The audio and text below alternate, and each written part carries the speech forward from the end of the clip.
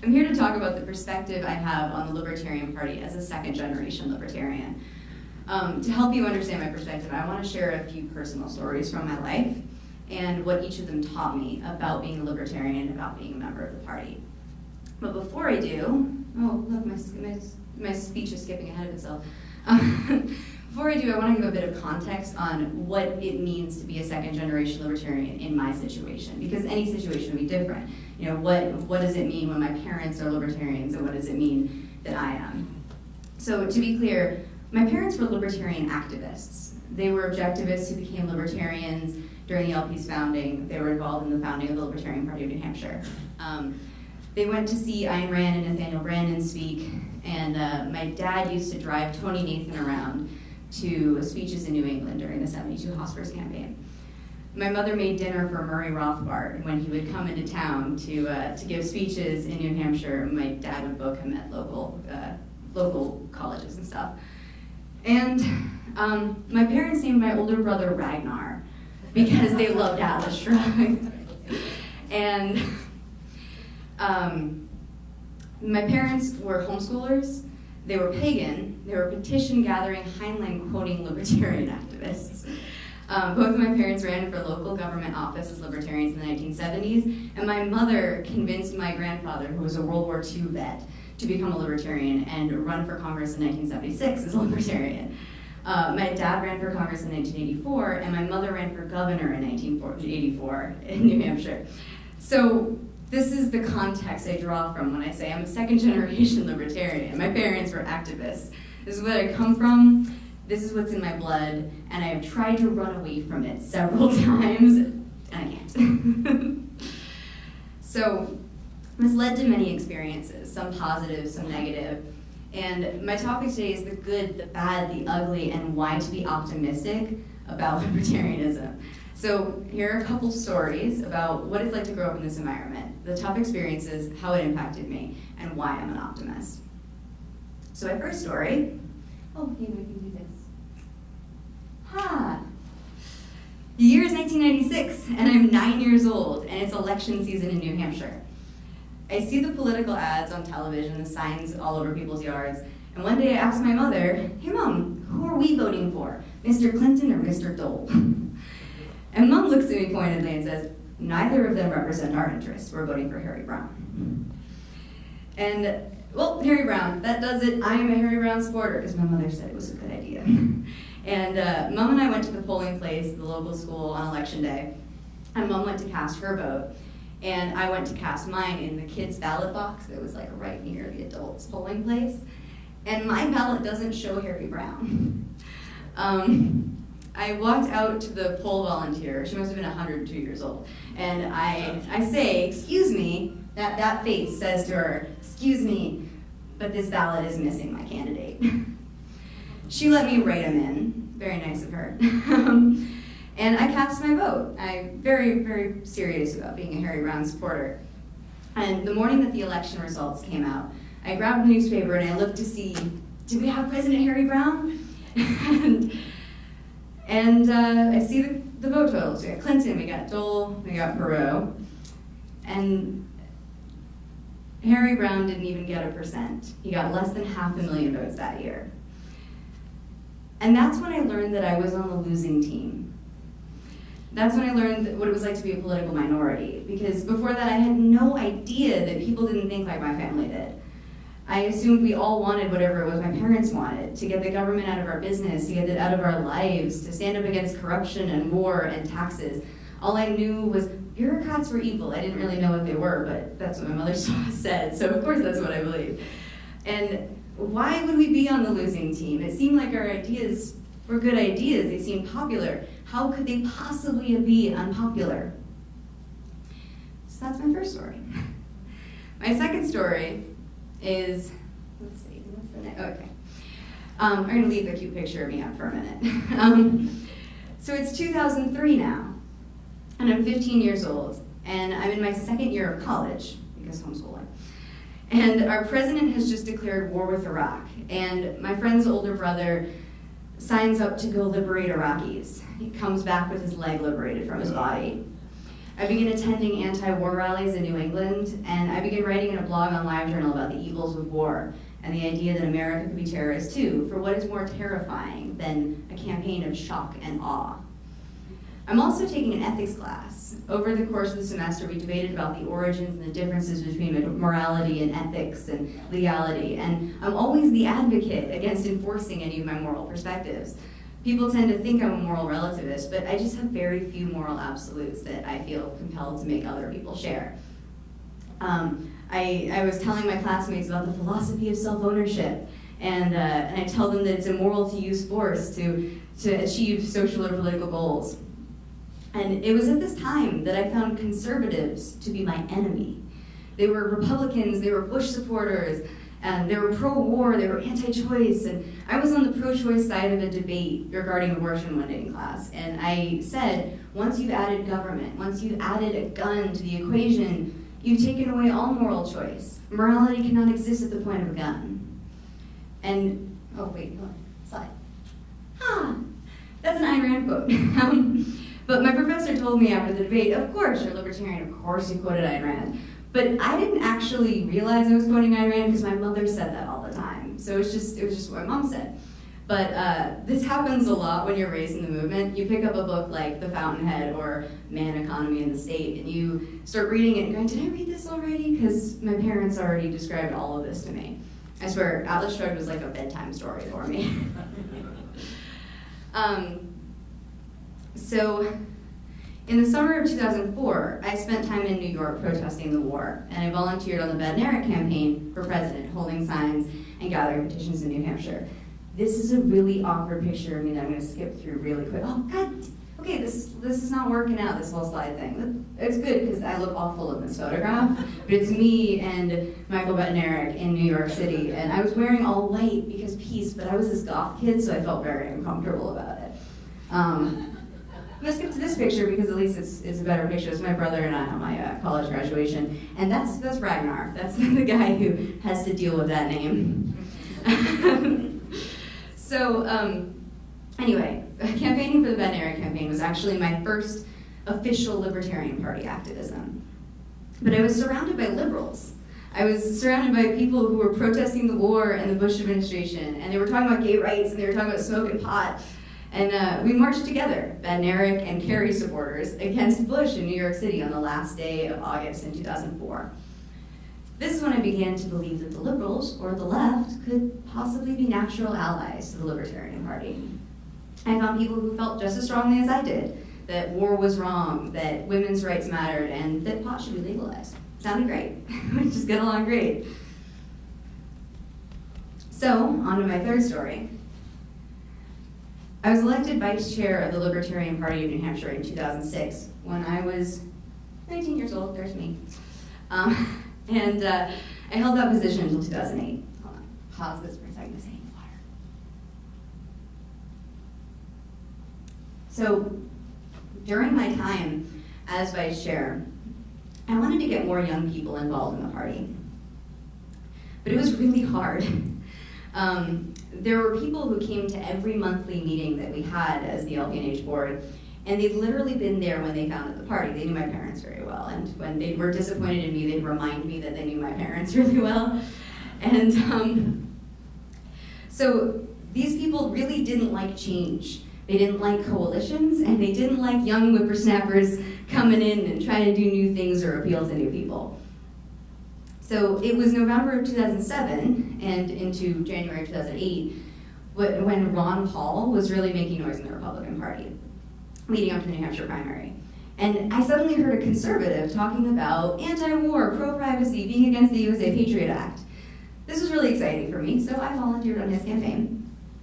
I went knocking on doors and canvassing and holding signs on primary day. And one of my fellow party members spotted me and got really angry because I was working for a Republican. At the next executive committee meeting, he tried to have me removed from my position as vice chair of the LPNH because I was supporting a Republican, which, to be clear, is a completely valid, to hate me for supporting a Republican, I get it. But it is kind of Ron Paul, like the 1988 Libertarian presidential nominee. But here's the thing about this story, is it's about the fact that in the libertarian movement, we have a tendency to eat our own. And I think that's a problem. So the controversy blew over and I retained my seat. But I was really upset about it because as Ron Paul's campaign died out, I went back to focusing on LP politics. And then the LNC nominated Bob Barr to be our presidential candidate in 2008.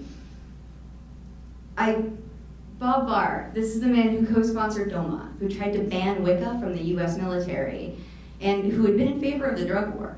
And after all the shit that I received for supporting Ron Paul, I was supposed to support this dude to be our presidential candidate. This is who I was supposed to support as the party of principle.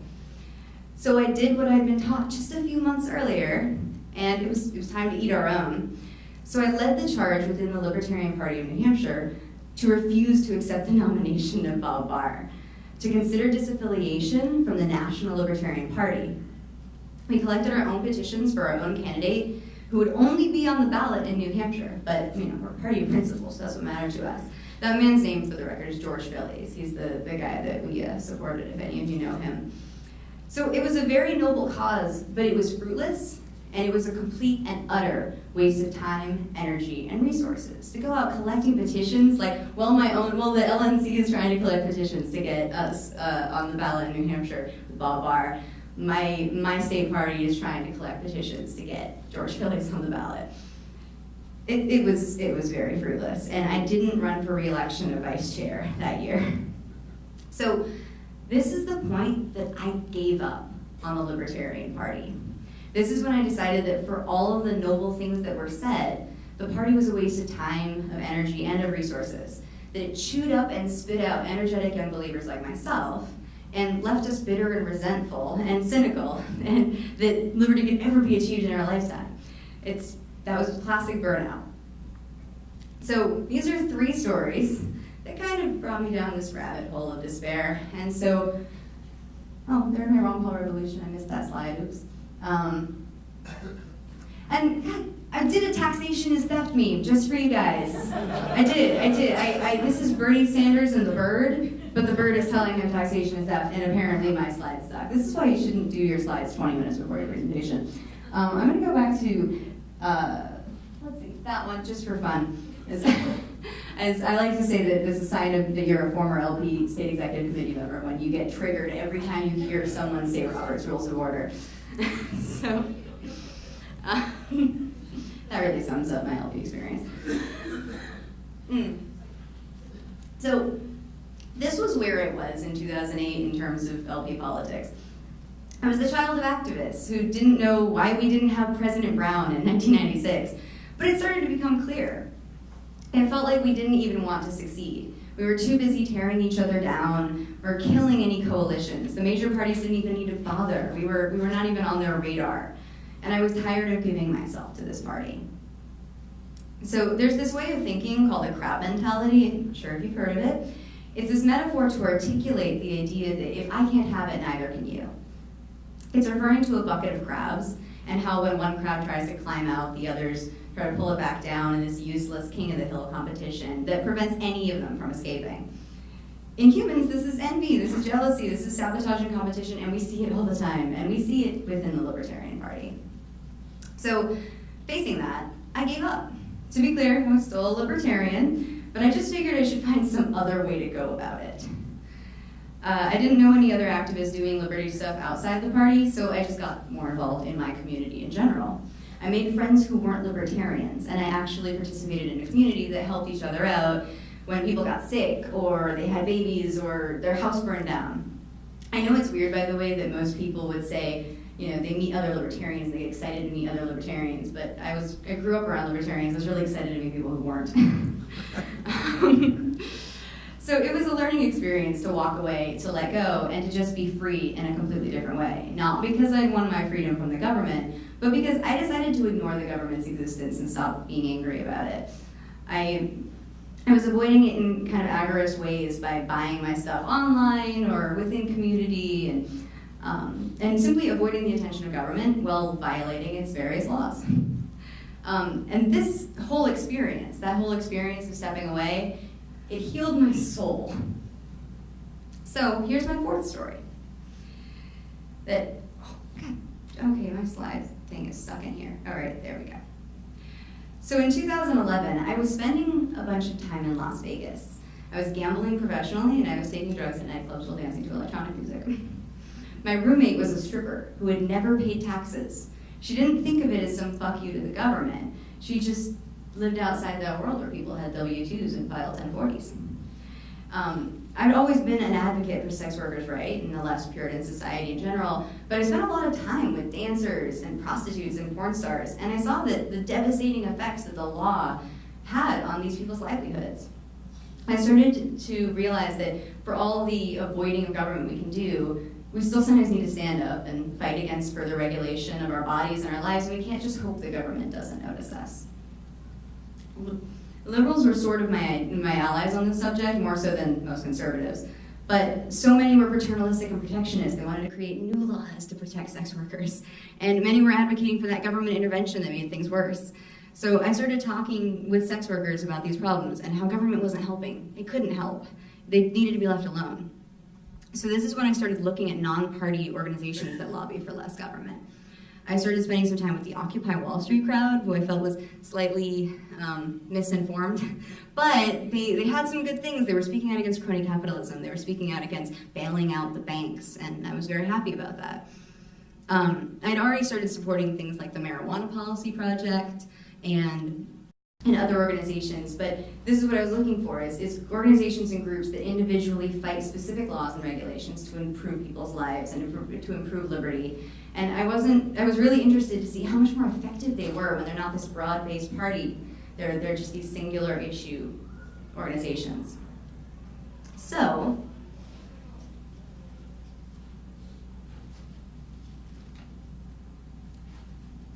it was 2014, and I had moved to Los Angeles. I was working for Peter Schiff, that gold bug, and by then I'd rejoined the LP as a member of the LP California, though I wasn't particularly enthusiastic about it. I was happy to be working at a place that got Austrian econ, though, so that was nice. And I made a ton of new libertarian friends. They were mostly on the internet at that point, but they were just, rather than just people who had been friends with my parents in the Libertarian Party in New Hampshire, I actually had new friends who were young and vibrant and excited about liberty. And most of them had come in during the 2008 Ron Paul, or the 2012 Ron Paul revolution. I started writing for a little publication called Thoughts on Liberty. And in the last couple of years prior, I had been reading a lot of these libertarian publications. Instead of just like Reason and Fee, I found all of these different small online publications. And Thoughts on Liberty was particularly interesting to me because it was only women. It was a zine entirely written by women. Female libertarians. Once upon a time, like when I was vice chair of the LPNH, we were like 5% of the movement. But in the new crowd that I was hanging out with, we were like 30%, which was much better ratio. Photographs that were taken by Judd Weiss at various conferences like Freedom Fest and ISFLC started to fill the internet with images of diverse, young, inspired people who came in more than just one gender or color, though they were typically shot in black and white. If you've ever seen a picture by Judd Weiss, they're usually in black and white. The libertarian movement, through his photographs, was starting to look really, really attractive in a mainstream way. So after my experiences in 2008, I thought I'd never want to be around libertarians again.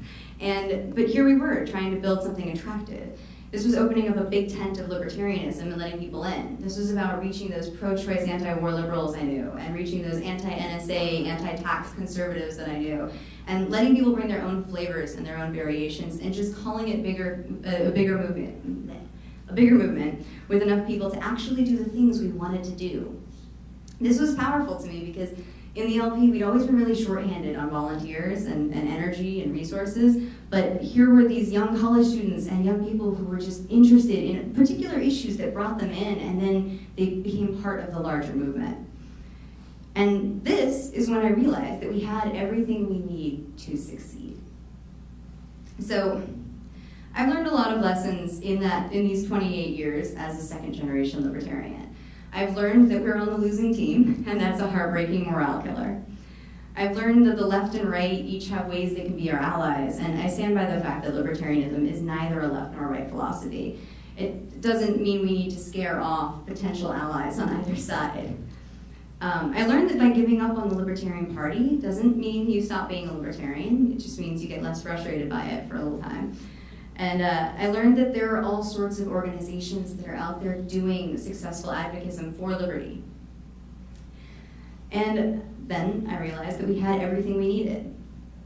You see, plenty of things have happened in the last 15 years or so in terms of liberty. There have been new wars, the Department of Homeland Security, the Patriot Act, higher mandatory minimums, aggressive attempts to regulate away a woman's right to her own body, terrifying new programs to spy on our communication. But there's actually been an amazing amount of progress for liberty in the last 15 years. There's no time in human history that I'd rather be alive. For example, a California law just went into effect this past week that allows women to buy birth control over the counter instead of with a prescription. Gay marriage is now legal in all 50 states.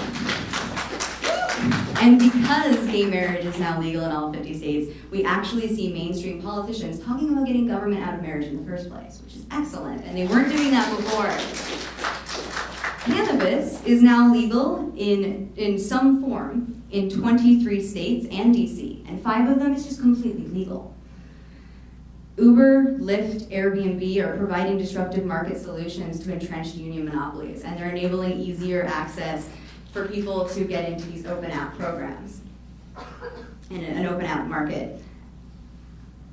And then my slides want to skip, there we go, there we go. There are new education models being tried, such as the Khan Academy, and then there's things like Montessori schools and other private education models.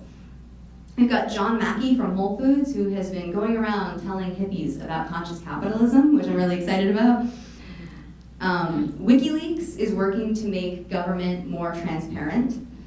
Ron Paul, running for president in 2008 and 2012, brought tons of young people into the movement, and once they got there, they started reading about Mises, they started reading Rothbard, and they became some of our hardest working advocates and activists within different organizations. Some of them even coming to the LP, believe it or not.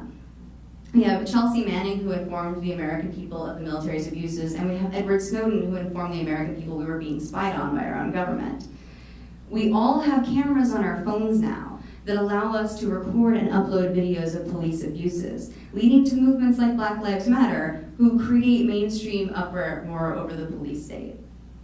We have Bitcoin, which is a cryptocurrency, which is now accepted, which is now accepted in various forms by Overstock.com, WordPress, Amazon, Virgin Galactic, Target, Reddit, Tesla, Expedia, Tiger Direct, and dozens of businesses that we've all heard of, which is really exciting.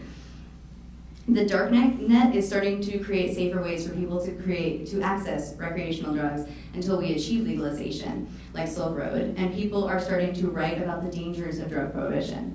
Speaking of that, Portugal decriminalized drugs 15 years ago, and drug use has declined, and it's provided an example of the world of what this can look like. The Free State Project just reached 20,000 signers and has triggered the move. Organizations like Students for Liberty are training some of a new generation of entrepreneurs and leaders with over 1,000 student groups around the world. And say what you want about them not being libertarian enough, but Congressman Massey, Congressman Amash, Senator Rand Paul, they're all libertarian-ish, and they're doing some good work in Washington, D.C., and they're creating more of a culture of skepticism about government intervention. A Reuters poll last year showed that 1 in 5 Americans call themselves libertarians. Now, this wasn't some roundabout question. They literally asked them, do you consider yourself a libertarian? And 20% of them said yes. I wonder how many of them actually know what it means, but we'll get there, it's okay, it's okay. A recent poll comparing a potential LP nominee to Gary Johnson, it was a better poll, compared Gary Johnson to Hillary and to Trump, and he got 11% of the vote. And lastly, we just witnessed the first nationally televised Libertarian Party debate on Stossel last week. So we have a large list of LP candidates this year, and I'm going to focus for a second on the top 3 popular ones for just a minute. Sorry about that for anyone who's not one of those top 3. But three mainstream candidates are vying for our nomination. One of them is a former governor. One of them is a software genius who is a household name. And the third is a clickbait site owner who may be young, but his website is viewed more times every month than the number of votes that Johnson got in the last election. In case you were curious, the Libertarian Republic, which I happen to write for, just so you guys know, it gets 1.5 million unique views a month. And Johnson got 1.2 million votes in the last election. So, but here's the big thing I want you to take away from this list of wins coupled with my depressing stories prior to this list of wins, is we can't do it alone, and we don't have to. Most of these successes that I just listed did not happen as a result of activism by the Libertarian Party, but some of them happened with the Libertarian Party, and most wouldn't have happened at all if the LP hadn't been there doing what it's been doing for the last 40 years. The LP has been ahead on these issues in a lot of ways, like theoretically, legalize drugs, let gays get married, these sorts of things. We've been on top of it, but it's been someone else who's kind of carried the ball across the finish line. I was in the LP, and it's really hard to win in politics. And when your focus is on actual change to the political process, it's not surprising that we keep losing and we keep failing and we keep losing morale and heart. I've had to tell far too many activists not to go near the LP sometimes because they'll lose their spirit. But now I'm realizing it's time. This libertarian moment isn't nearly over. It's literally just started. We need to remember always to look at our wins and to own them as a greater movement. To build coalitions with one another, to not judge our success by our numbers of elected officials in the LP, by the LP, but by our ability to change the hearts and the minds of the population so they come to us and we change the future. That we show them what they're capable of when they're free to do whatever they want as long as they don't hurt other people and they don't steal their stuff. I think it's time to build an optimistic, positive brand as the Libertarian Party, to share in the successes that the movement has had, and to open our arms and our hearts to this new generation of liberty activists, and to be the liberty option and the one in a series of productive, useful, and powerful forces for change. A good investment of resources and time, and to help the greater movement achieve liberty within our lifetime. In 1996, I was a 9-year-old girl with a broken heart, suddenly realizing I was on the losing team. No President Brown. And I've seen that look on way too many activists' faces when they measure their success by the votes cast for an LP candidate. Don't let that be your key performance indicator. I was wrong in 1996, but I didn't know it. It took me 2 years to really see the bigger, it took me 2 decades to really see the bigger picture. We lost that battle, but we're winning the war for freedom. We are on the winning team. Liberty is a human story. Our species is always heading out and up and freer than before. I promise you, we are absolutely on the winning team. And if I could, I'd go back to 1996 to my 9-year-old self who was really crushed about that loss. And I'd say, it's okay. This is not how you mark if you've won. You're gonna win in the future, you're gonna win. It's not gonna be by electing the president, it's gonna be about electing liberty inside people's hearts and inside people's minds. And that's really it. That is what I've learned from this experience, and this is what I want you all to learn from it. So, thank you.